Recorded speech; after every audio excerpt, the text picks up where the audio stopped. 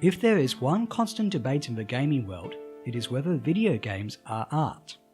Alongside this, it is possible to discuss whether games are too conventional, mainstream, repetitive, or unoriginal.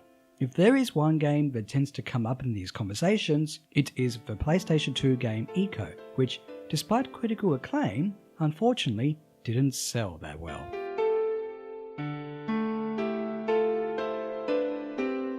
The premise of the game is simple.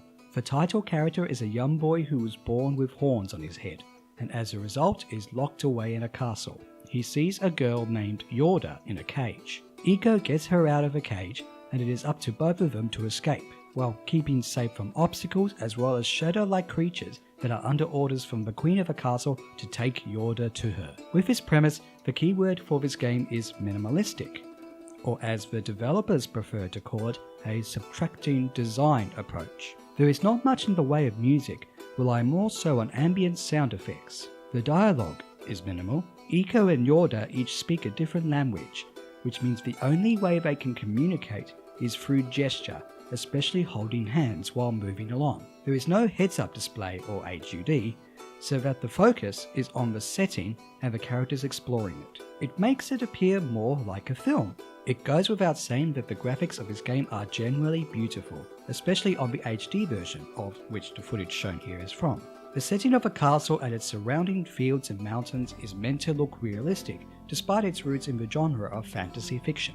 What was most notable in this game at the time of release was the use of keyframe animation and especially soft light and bloom techniques. To think that the graphics of future games were influenced by this underselling game is a testament to the quality of the development team's ambitious and unconventional vision. There is not much in the way of music, but what is there is relaxing, sometimes tense, and shows restraint, plus a suitably emotional end credits song. The focus is more on a limited range of sound effects, including howling wind, crackling fire from torches, machinery, the occasional tweeting bird, and not much more than that. There is not much in the way of dialogue, with Ico and the Queen talking in a fictional language with subtitles showing on screen. But subtitles for Yorda's language consist of symbols. The voice acting is purely emotional regardless of the language barriers. For example, Ico will call out to Yorda and wave his hand. This makes the concept of holding hands all the more powerful. This is where we come on to the gameplay, which consists of more than just holding hands. The gameplay is good, but just barely. The game generally consists of solving puzzles and traversing obstacles in a series of rooms or areas. Each of these generally ends with an idle door that only Yorda herself can open, which signifies more progress. Athletics aren't Yorda's strong point, so you as Ico had to constantly create a safe path for her. This may consist of operating certain levers, pushing objects, standing on pressure switches, and more. More often than not, the only way to get to these interactive elements is through the actions of climbing and jumping.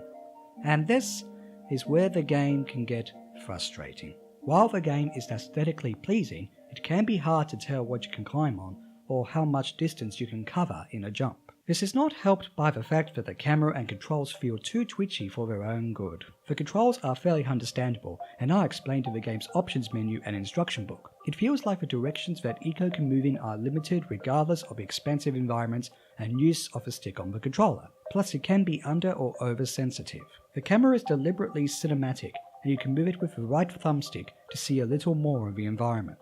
As you move, the camera will also change slightly to give an indication of where you may need to move or what you may need to interact with to progress. The camera does feel limited and at the same time twitchy, especially when you try to move the camera yourself. All of this will surely make for missteps and poorly timed jumps which force you to redo sections. Despite all this, the puzzles are logical for the most part and are rewarding to figure out on your own. When not solving puzzles, you will also sometimes engage in combat with the aforementioned shadow-like creatures, which appear at certain areas or if Ico is doing climbing and jumping away from Yorda for a lengthy period of time. This can be fairly frustrating and tiresome at first, as enemies will constantly dodge your swings, but you may be able to get your timing down pat. On top of this, Ico can be knocked back by enemies for several seconds, which gives them ample opportunity to grab Yorda and try to drag her into a black vortex. Failure to pull her out quickly will result in you redoing a section. Speaking of Yorda, how she is programmed as a companion in the game is a bit odd. Apart from holding hands, Eiko can call out to her so she can come to you, if it's safe, that is. There are moments, however, where Yorda will move in odd directions, especially on ladders, or take her time. It is best to show patience, both for her and for puzzles. No matter how much you take your time, it turns out the game is short, taking close to 10 hours to complete. While the game certainly doesn't overstay its welcome, there is little replay value outside of trying to complete the game more quickly or a self-imposed challenge. In saying all this, it almost makes it sound like Eiko is not a fun game, conventionally speaking. It is rewarding to figure out all the challenges, though it can be frustrating. Does this mean that it's more about how the game looks and sounds? Does it mean that the game is trying to be a work of art at the cost of the gameplay? Not necessarily. The developers sought out to make an adventure game of two main characters forming a bond by not talking, but holding hands and trying to work together to escape a bleak fate. And for the most part, they succeeded. You may have got used to the quantity of dialogue, music, and action and so on in other games. You may grow impatient at some of the puzzles, or at Yorda herself, but by the end of it all, you will sure have formed a bond with her, and have trusted her, made sure she's safe.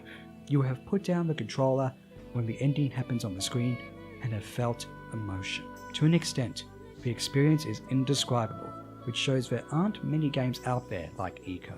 It is a work of art.